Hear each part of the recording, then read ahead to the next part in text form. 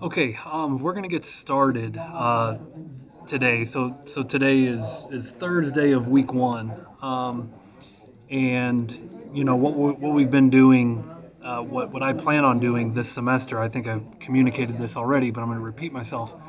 Um, I'm basically running this online class as if it's an in-person class. And so a normal summer schedule for an in-person class runs from 8 a.m. to 2:30, Monday through Thursday. And so just to make sure that the workload is equivalent, I'm lecturing and working through labs and this kind of stuff as if it's an in-person class. That way we can guarantee our online curriculum matches the same outcomes that the in-person matches. What we're getting at here is this is the end of the first week as far as the material is concerned. And we're right on task as far as we got the first lab done and a lot of the theory done and some code alongs. We're about to start our second lab. And the second lab is a project that we're going to work on all semester long. And so, you kind of have different phases of this. And right now, it's a very basic, kind of product that we're going to be building. Um, but we're going to add to it all semester. So it allows us to build something that's bigger scoped in nature and is essentially more impressive on a portfolio. In most coding classes, you build a lot of small projects for repetition and a lot of small projects for learning. But you really need larger projects for a portfolio to kind of impress employers and what you can build. And so, kind of the idea behind this project, what we're building over the course of this semester, is what you could call an issue tracker or a bug tracker. And so, this is going to be a full stack web application, full MERN stack, and a really good explanation on this project is linked in the video. So I'm gonna encourage you to watch this video before, like, pause me, and watch this video because it's a really good explanation of why we're building what we're building. Um, and again, the whole objective here at Rankin is to prepare you for a job. And this is one good project that you could put on a portfolio that would do just that. Um, so here you can see we will build a large web app over the course of the semester. Along the way, we'll apply a wide variety of development skills. This project will progressively enhance as you move through the theory and lab components of this course. The idea is inspired by the following video. Please watch the video to understand why we are undertaking the project. In this course, we will be building an issue tracker. This will account for most of your lab assignments and will be turned in at the end of the semester as your final. So, we'll be building this as part of lab grades, and then at the end, it will be part of your final project. Now, if I'm remembering right, I did count the final project as a separate part of your grade. Let me verify that on the syllabus. Okay, pulling up the syllabus here just to kind of review the grading rubric, course grading. And you can see that all these labs build into the final project, but then submitting your final project is worth 10% of the grade itself. So you can see everything is hands-on in this course. Hands-on labs, hands-on tests, and a final project. So go ahead and if you haven't already, take 20 minutes and watch that video, and then we'll come back. Okay, so hopefully you've had a chance now by this point to watch that video. Um, we'll go ahead and get started. I might update the lab guide. So I'm essentially following this lab guide, but I'm going to step everyone through it. We're going to go to github.com. We're going to create a new repository. Now I have to choose an owner, and AWD1111 issue tracker. Now the idea is we'll be building on this all semester long. Mark this as private. Add a README. The get ignores node. The license is MIT.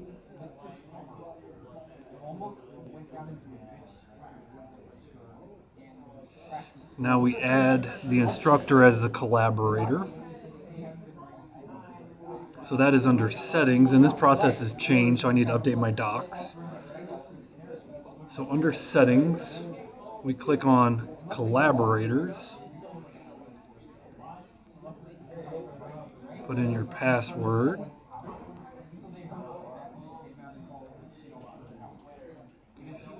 use this snipping tool to update my doc here.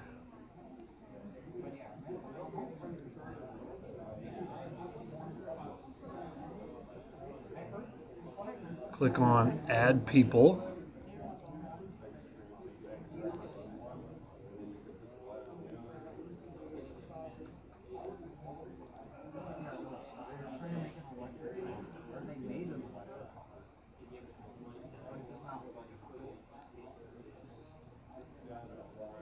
Go ahead and put Evan Gudmestead. And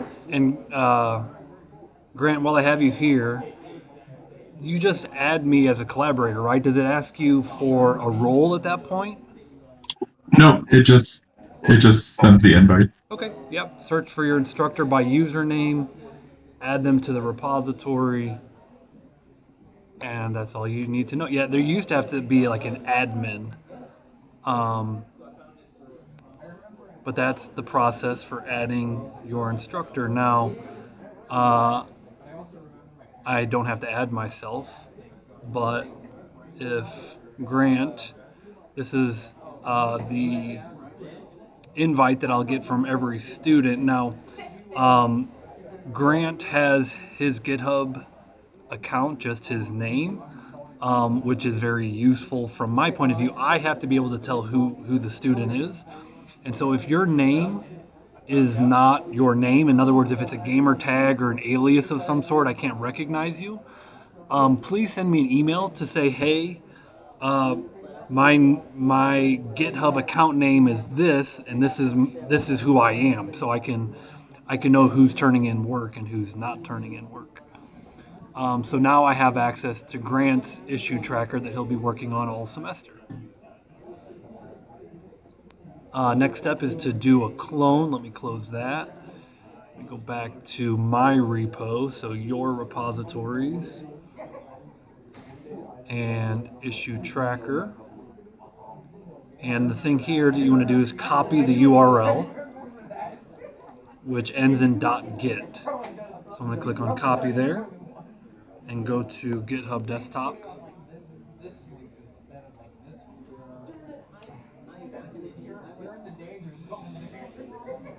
Now this was my last video where I had a different repo for what I had called CRUD Dog Walker. So I'm going to clone a different repo, and you have the three tabs here. So you click the URL and you paste the Git here, and make sure you know where this is at on your local computer. So mine is in this desktop repos Evan Gudmestead issue tracker. Click clone, and that's going to bring that online repo down. And oh no, I'm not going to have that on my clipboard, am I? No, I'm not.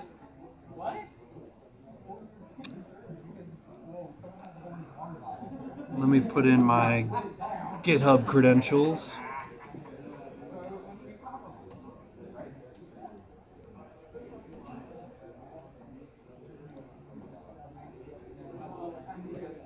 Sign in.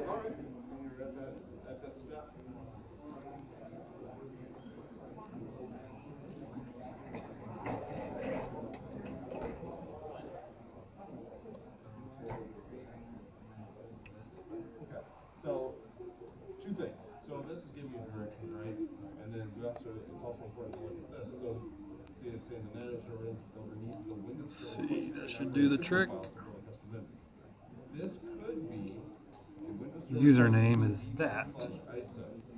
Password is that.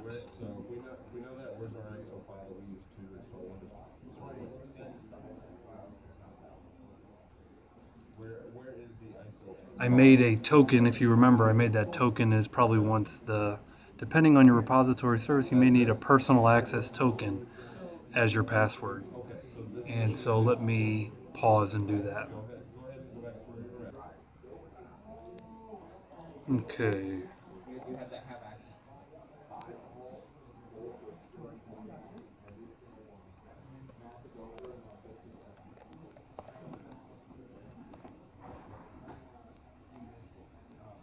Battling my username and password. It's a problem we all have. So, in messing around when I wasn't doing a recording, I was showing Grant TortoiseGit and I ended up messing with my credentials. And so I think I have TortoiseGit working. So instead of using GitHub Desktop, because I was messing with my credentials with there, and you could see I wasn't authenticating there. I'm gonna try TortoiseGit. And I go git clone with TortoiseGit, and um, I need to bring in my issue tracker.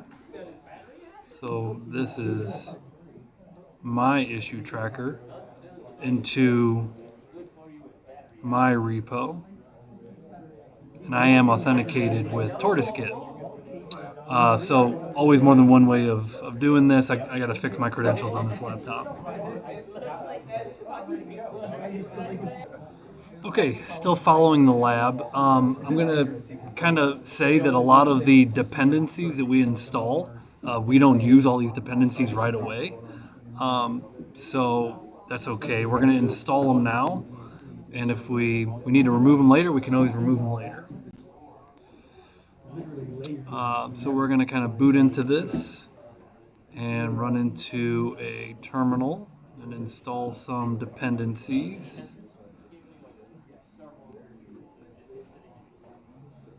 So get into a new terminal window, close the welcome,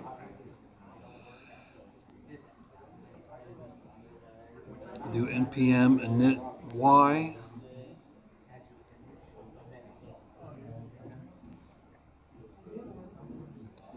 and let's get to the package JSON. Name is just issue tracker.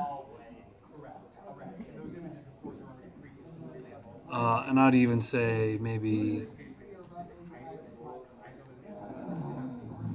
you could add your name in front of that if you prefer.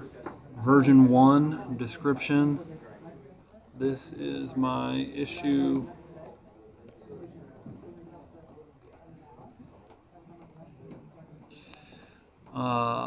Let's see, main is server.js. We're going to say the start script set to node server.js and the start dev in quotes.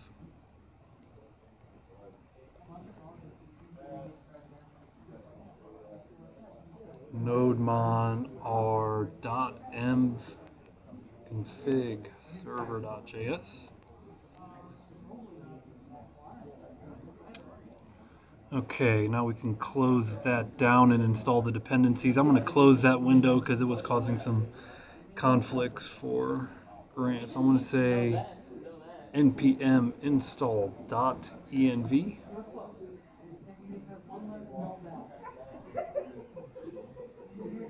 npm install debug.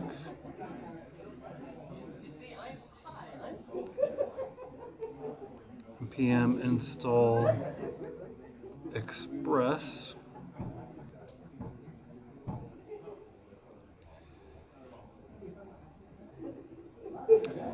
I know we won't do much with express handlebars, but that's the next package. Now,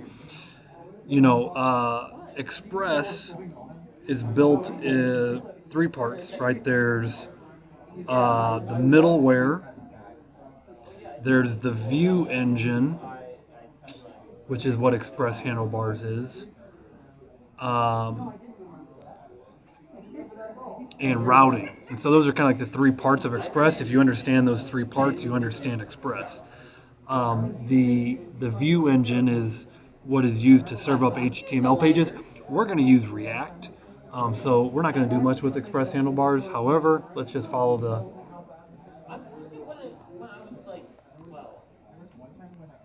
There's a bunch of view engines. Express handlebars is just one of them. When I was following the Express install guide, there was another view engine that was used. It wasn't Express handlebars. Um, there's one called Cookie Parser. We're going to work with, saving user information in cookies, such as, credentials, username, password, authentication tokens, things like that. npm I cookie parser.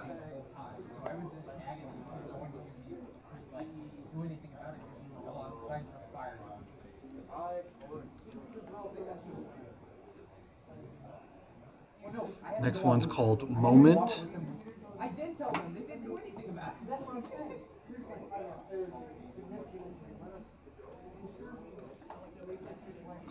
And just kind of looking at the docs here, a JavaScript date library for parsing, validating, manipulating, and formatting dates.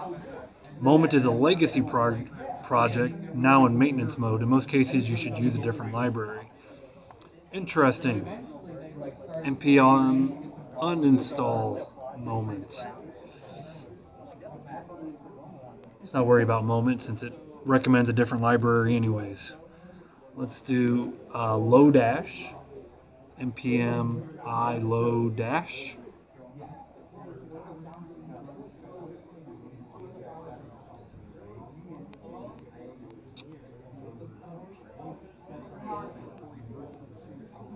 And Lodash kind of has a lot of useful functions in it to kind of work with data and databases.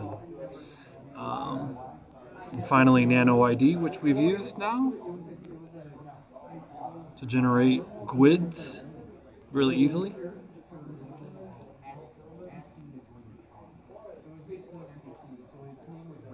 Okay, now the next ones are um, developer dependencies. HTML validate slash D, right, which is um, like a save dev.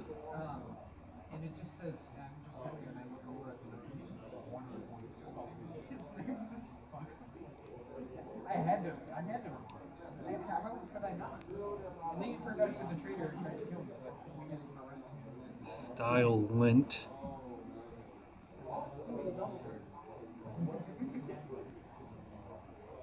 npm I style lint,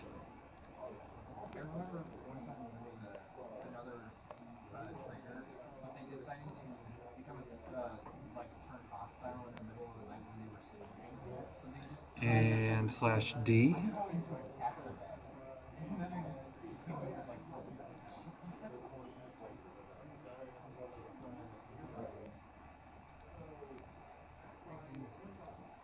And finally, ESLint.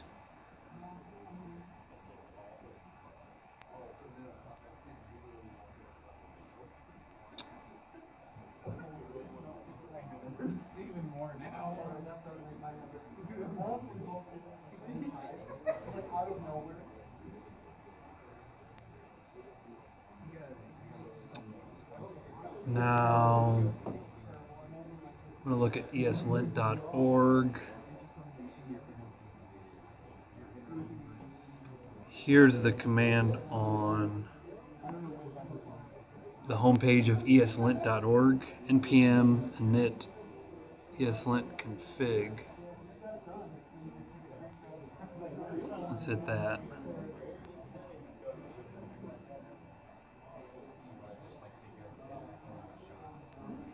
There we go. That installs and runs the config. So we got three options here. I choose the middle option. for it to check syntax and find problems. We're going to be writing import export JavaScript modules. We're ultimately going to be using React. We are not going to use TypeScript. We're going to be running in Node and JSON. ESLint, plugin, React. Would you like to install them now? Sure. Which package manager? We're using npm.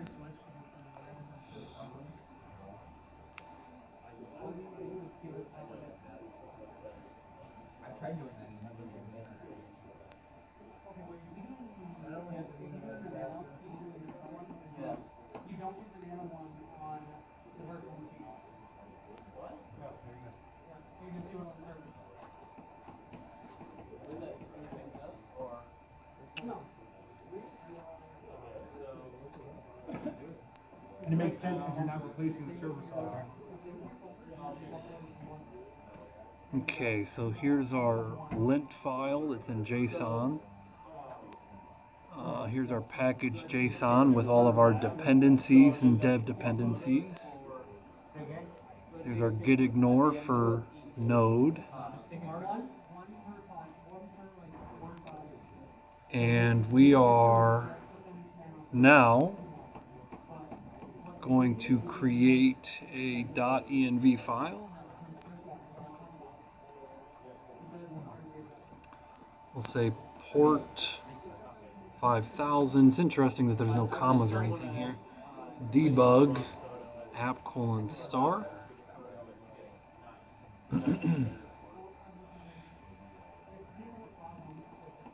And now we create our Express server. New file, server.js. And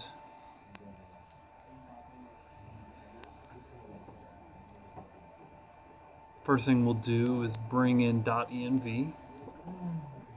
Okay, so let's bring in .env, import star as .env from .env. We say .env.config.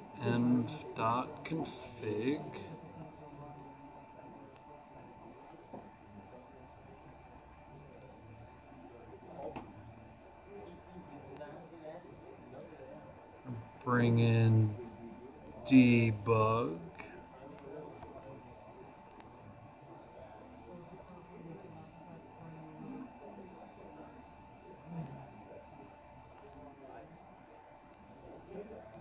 Now, 1 second here. What could be causing that? Yeah, one thing that we want to do is in our package JSON before we write too much more. Um, let's put in the type of module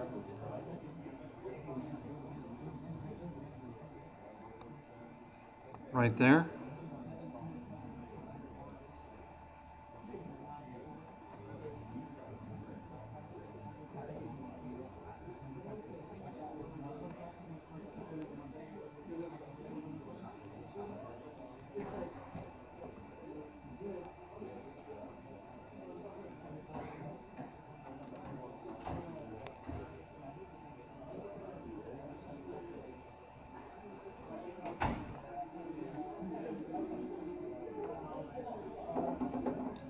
So our linter is kind of saying, hey, you made this variable, but you've never used it. So did that fix your problem when you added that package JSON type of module? It didn't. It's on my .env line of code. It's that first thing that's typed in there. I'm sorry, on the server.js. It's that. Yeah. Let me take a look. So a really interesting thing just happened with Grant, and again, I like using this example. Um, is when we installed ESLint and went through the configuration options. Let's see.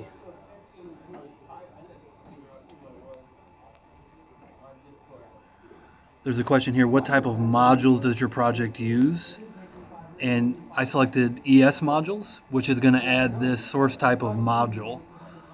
And if you don't do that, it's going to kind of bark at you with a red squiggly, even though the code would run. Like right now, this is barking at me with a red squiggly. It's just because I'm not using this variable. I've created this variable, I'm not using it. This import was barking at Grant saying, hey, this is not supported because we didn't say we were going to be coding in ES modules. So we had to add that line of code, then that went away. So even though this is red right now, I'm not worried about it because I will use this, I will use this debug here in a little bit. Um,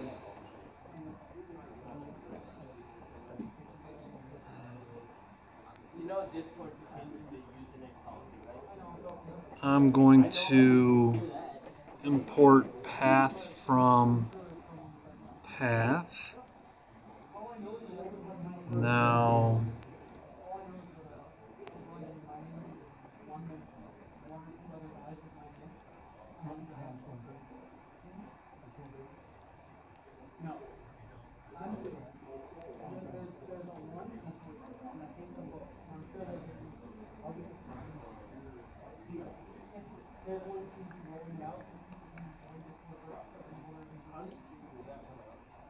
one second here. Okay, import path from path, and then we did this from one of the import file URL to path from URL. And then we said const file name equals file to path import meta URL const dir name, two underscores, path dir name file name. Okay, I'm going to bring these down a little bit. Kind of restructure this. Const debug main. I'm going to put that right underneath this.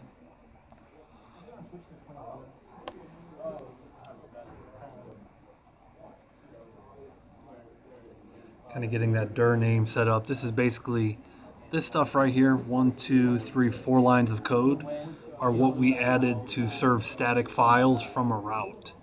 And so that is something we did at the start of today, a couple videos ago. Let's see, we got path, we got express. Did we bring in express? No, let's bring in express. Import express from express.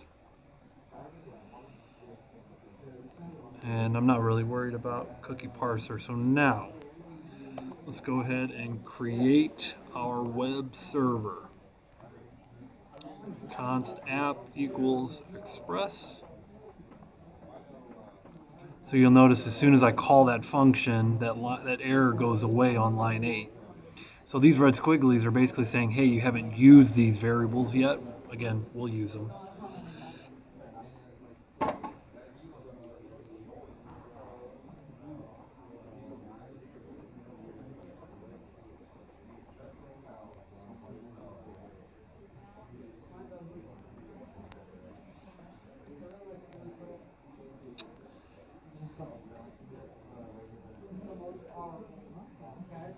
We're going to register some route.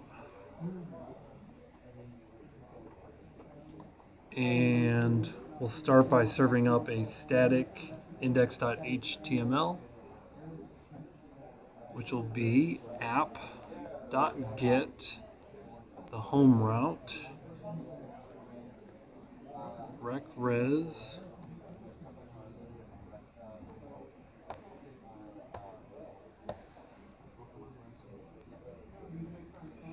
res send file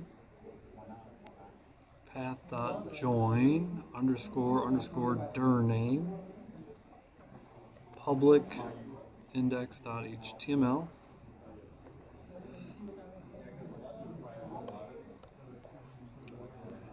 go debug main home route hit, and now we need to listen.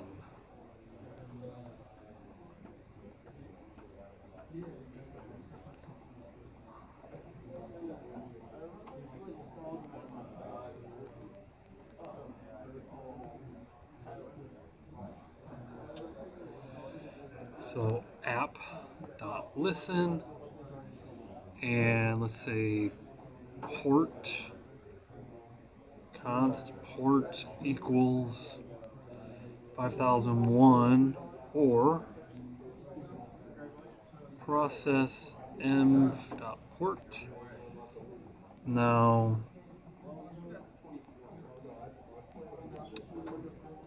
we have port defined as 5000. So if our env is working, our linter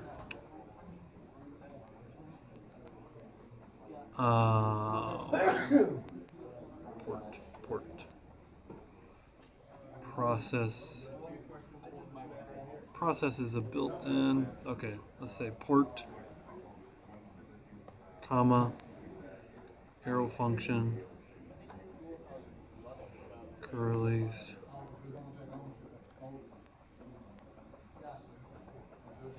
We'll say debug main instead of console log.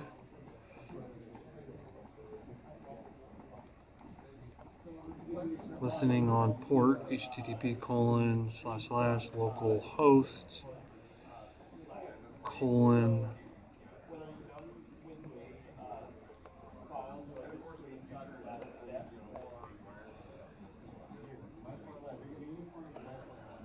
okay. Pretty sure that's process.env. I think that's right, but it's not happy. Let me pause. Okay. Um, well, I'm gonna see. I don't think that's gonna cause any issues. Let's see if it runs on port 5000, and let's see what errors we have. So we should have a script for start dev. So start dev. So let's see what's broke. We wrote a lot of code. I'm sure something's broke. npm run start dev. When I write that much code, I'm anticipating something to break. Okay. Um, so far, it is 5001. So my .env is not port 5000. So it's running 5000. So .env isn't working the way I want it to. Let's boot it up. And it says, hey, I can't find your home page because there is no public index HTML. So let's fix the env first. Of course, it's not going to work the way you want it to if you got it written backwards. I'm going to take process.env.port if that exists, or 5001. Okay, restarting due to changes. Now it's on port 5000. I was like, well, I figured the .env was working because my debug was working. Clearly, my debug is working. So that's good. So now let's create the folder for public HTML. So new folder, public index.html. Let's bring in a bootstrap.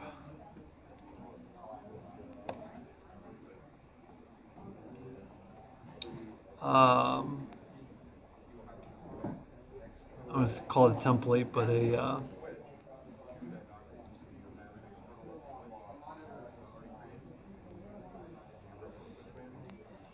bootstrap. So I'm going to go to getbootstrap.com. I'm going to go to docs. I'm going to scroll down to include the files needed for bootstrap. Click on copy, paste, make my linter happy, and issue tracker. Kind of boot that up. You can see brings up issue tracker,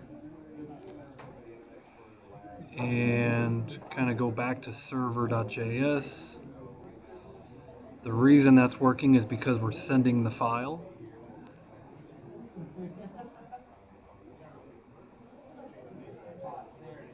Where was the part on bootstrap.com again? I'm sorry, I just missed it. You're good. So you go to getbootstrap.com, and what you're going to do is click on read the docs. And then you're going to go down to number 2 to include the CSS and JS. So this has your CSS link tag and your JavaScript script tag. So copy that and paste it in the HTML. Thank you. Yeah, now clearly this process is a recognized process is not defined. So this is not a problem. So I'm going to go to quick fix. The process property returns. Um,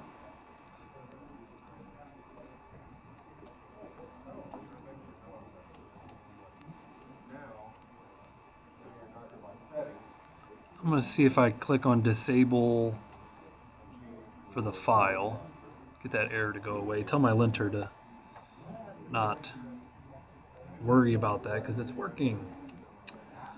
Um, let's see, what else, what else, what else? We touched on handling 404 errors. So I'm going to bring in a error handler.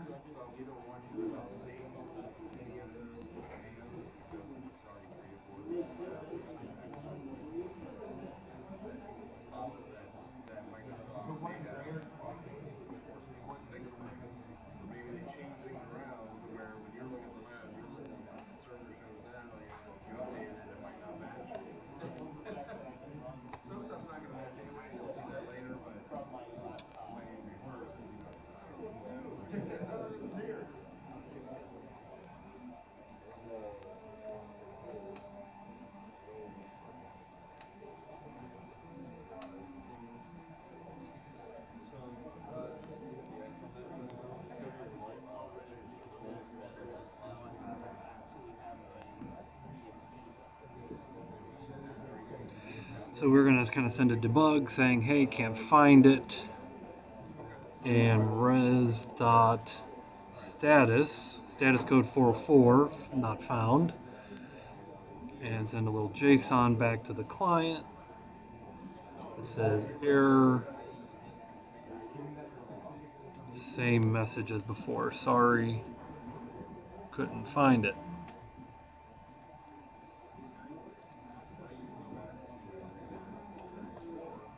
And we can get rid of the next.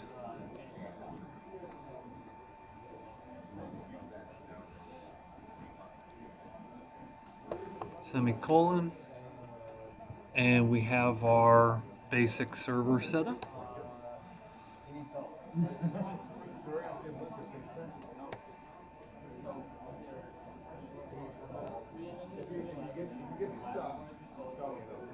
Now if I delete this, I'm just curious if I delete that comment, does that error come back? It does. So here I want to delete that one more time. Delete, quick fix.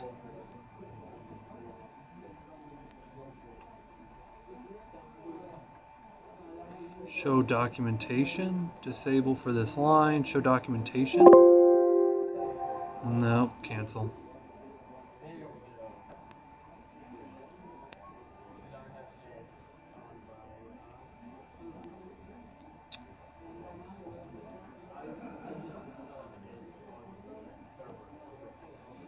Okay, that's kind of where I wanted to get this to today. So all I have to do is update the lab. And pause. Okay, that's kind of the end of the time here for today. We got through step 5 in the lab.